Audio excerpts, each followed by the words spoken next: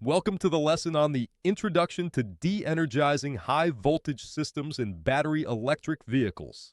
In this lesson, we will look at why and when high voltage systems in BEVs must be de-energized, which components require it, the necessary safety equipment and tools, and the two main methods of de-energization to ensure technician safety. Let us look at our lesson objectives. In this lesson, you will be able to explain the importance of de-energizing high-voltage systems in BEVs and recognize the crucial role of de-energization in ensuring safety during service and repair. Next, you will be able to describe when to de-energize and identify situations requiring high-voltage system de-energization. Then, you will be able to name the key components to de-energize. Later, you will be able to list and name the essential prerequisites and tools necessary for safely working on high-voltage systems.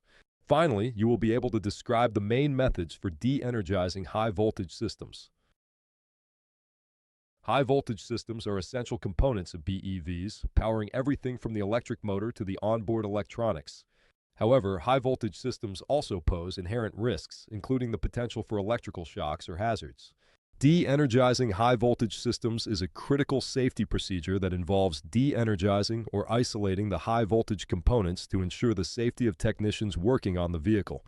This process is typically performed during maintenance, repair, or emergencies to prevent electrical shocks or hazards. Following proper procedures and protocols ensures that work can be performed safely and effectively while minimizing potential accidents or injuries. Only specially trained technicians with the necessary knowledge, skills, and equipment should attempt any work on high-voltage systems. Technicians must be certified to handle high-voltage systems according to industry standards and manufacturer guidelines. In this lesson, we will examine why BEV technicians need to de-energize high-voltage systems during service or repair. Next, we will look at when de-energizing is needed. We will focus on the components that require de-energization. Then, we will look at the requirements before high-voltage systems are de-energized, such as personal protective equipment and appropriate tools. Following that, we will look at the methods to de-energize, namely the manual and the scan tool methods. Why should technicians de-energize the high-voltage systems? The most critical reason for de-energizing high-voltage systems is to protect the technician from a potentially fatal electric shock.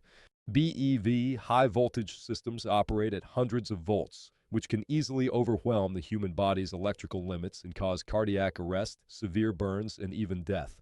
De-energizing the high-voltage system effectively cuts off the power supply, making the work environment safe. Even a seemingly minor touch of a live high-voltage component can send a jolt through the system, potentially damaging sensitive electronic components and causing malfunctions. Accidental energization during repairs can also lead to uncontrolled electric arcs and fires, posing a significant safety hazard. De-energizing the high-voltage system eliminates the risk of accidental activation, protecting both the technician and the vehicle's electrical components from harm.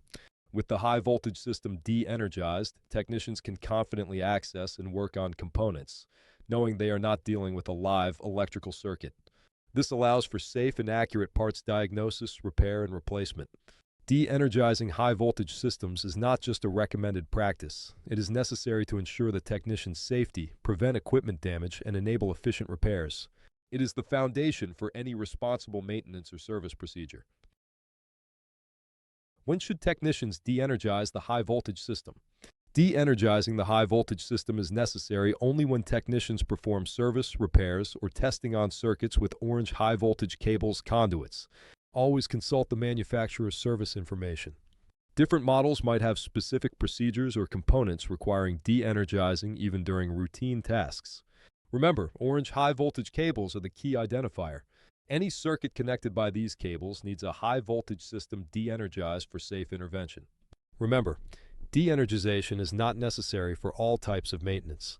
Routine maintenance that does not require de-energization includes visual inspections, replacing certain components, and software updates. Visual inspections include checking tire pressure, fluid levels, and the vehicle's exterior condition, which do not require touching the electrical components and can be done safely without de-energizing the system. Some components, like cabin filters, tires, or brakes, can be replaced without accessing the high-voltage system. Many BEVs receive software updates over the air, eliminating the need for physical involvement in de-energization. The best way to determine whether a specific maintenance task requires de-energizing the system is to consult the manufacturer's manual for your vehicle model, as it will provide you with specific instructions and safety precautions for different maintenance procedures. Situations that require de-energization include any work involving the high-voltage battery, inverter, charging port, or other high-voltage components requiring de-energizing the system to prevent electric shock and other hazards. Diagnostic procedures that involve using insulated hand tools require de-energization for safety. Any repairs or maintenance involving electrical components connected to the high-voltage system requires de-energization. The best way to determine whether a specific maintenance task requires de-energizing the system is to consult the manufacturer's manual for your BEV model, as it will provide you with specific instructions and safety precautions for different maintenance procedures. What components require de-energization in BEVs? Physically testing or repairing components and circuits such as the electric motor, the AC compressor, the high-voltage battery pack, and the inverter and converter requires de-energization. Always consult the manufacturer's service information for precise instructions. Let us now look at the requirements to ensure you are safe when working on high-voltage systems. Wearing appropriate personal protective equipment that includes gloves rated for 1000 volts DC, safety glasses and face shield, flame-resistant, and arc-rated clothing, and electrical hazard safety footwear is crucial to ensure the safety of technicians. Utilizing rubber gloves rated for the electrical potential in combination with leather protectors offers a robust defense against electric shock hazards. Use non-conductive and scratch-free safety glasses and face shields to safeguard your eyes from various workshop dangers, including electrical hazards specific to BEVs. Flame-resistant or arc-rated clothing is crucial to your PPE. Flame-resistant clothing, made of non-melting or non-flammable materials like flame-retardant treated cotton, shields you from thermal hazards such as fires and intense heat. When working around BEVs or high-voltage electrical systems, electrical hazard footwear is necessary to protect yourself from electrical shock hazards. It is essential to have a BEV-trained assistant present throughout the entire process. This technician should be familiar with the specific vehicle model, understand high-voltage system protocols, and be able to provide immediate assistance if any unexpected situations arise. The presence of a BEV-trained assistant adds an extra layer of safety and ensures prompt action in case of emergencies. These safety measures help mitigate the risks associated with working on high-voltage systems and minimize the potential for injuries. Before using the manual disconnect method, it is crucial to understand category ratings, commonly known as CAT ratings. CAT 1 is the lowest CAT rating intended for use in circuits not directly connected to the mains. It is typically used for low voltage and low energy circuits, such as electronic and battery-operated devices. It provides limited protection and is suitable for basic electronic testing. CAT 2 rated equipment is designed for local-level electrical systems, such as household and portable appliances. It can be used to test electrical systems in residential and commercial buildings. CAT 3 rated equipment is intended for fixed installations, such as distribution panels and industrial systems. It is also suitable for handling most current BEV high-voltage systems. CAT 4 is intended for use at the source of the installation, such as at power substations and overhead power lines. Remember, CAT ratings are intended for general guidance, and specific safety protocols may vary depending on the application and manufacturer's recommendations. Always consult the user manual and prioritize safety when working with high-voltage systems. Having and using appropriate testing tools is crucial before performing the manual disconnect method. CAT 3 rated digital multimeters, abbreviated as DMM, are designed to safely measure voltages up to a certain level in electrical systems, typically above 500 volt DC. However, they are not equipped to output high voltages for resistance testing of high voltage components. This limitation means that while they can accurately measure voltages within their specified range, they cannot generate high voltages necessary for certain types of diagnostic testing on high voltage components in BEVs. Therefore, when performing resistance testing on high-voltage components, technicians may need specialized equipment beyond the capabilities of a CAT 3 rated digital multimeter. High-voltage insulation testers are specifically designed to measure high-voltage equipment's insulation resistance, typically ranging from 1 kilovolt to 10 kilovolts or higher. Megometers and insulation testers offer high test voltages for measuring insulation resistance, but may have different functionalities and features. The appropriate tool for high voltage resistance testing depends on the specific application, voltage requirements, and desired test parameters.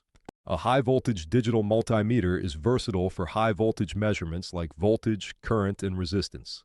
A dedicated megometer is the right tool for testing the insulation resistance of high-voltage components due to its high-voltage output and specialized features.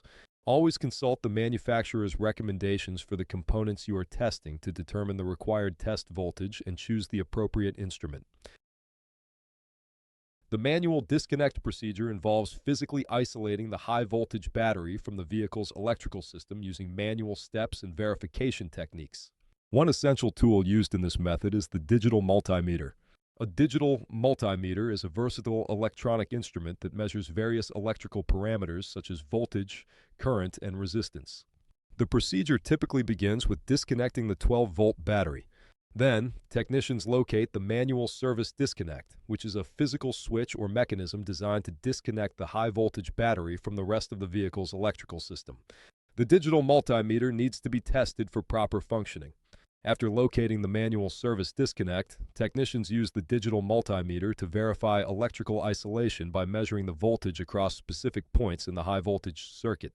This verification step ensures that the high-voltage system is de-energized and safe to work on. Once electrical isolation is confirmed, technicians can proceed with their maintenance or repair tasks on the high-voltage system.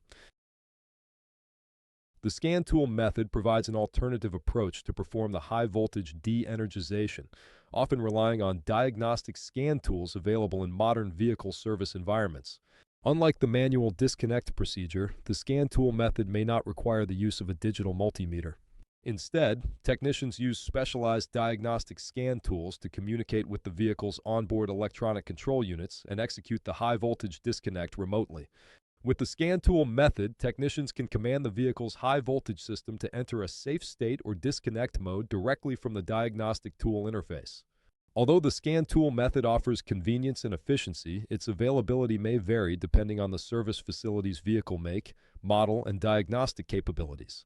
If the scan tool method fails, go back to the manual disconnect method. Regardless of the method chosen, both procedures necessitate the disconnection of the high-voltage battery and the manual service disconnect. The manual service disconnect serves as a physical safety mechanism to ensure complete electrical isolation of the high-voltage system during maintenance or repair activities. By following either the manual disconnect procedure or the scan tool method, technicians can work safely, minimizing the risk of electrical accidents and ensuring compliance with safety protocols. Regardless of the chosen method, always follow the manufacturer's instructions meticulously, as each model might have specific procedures or variations in the disconnect methods. Let us look at our lesson summary on the introduction to de-energizing high-voltage systems in BEVs.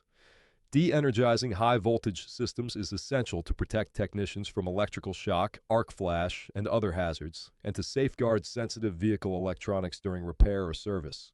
Technicians must de-energize high-voltage systems when working on circuits with orange high-voltage cables or components like the battery pack, inverter, or electric motor, while routine maintenance may not require it. Proper PP and tools, including CAT 3-rated digital multimeters, ARC-rated clothing, and insulated gloves, are critical for safe de-energization work. The two main methods for de-energizing HV systems include the manual disconnect method and the scan tool method. The manual disconnect method involves disconnecting the 12-volt battery, locating the manual service disconnect, verifying isolation using a digital multimeter, and following specific safety protocols. The scan tool method provides a remote alternative for de-energization using a vehicle diagnostic tool. Thank you.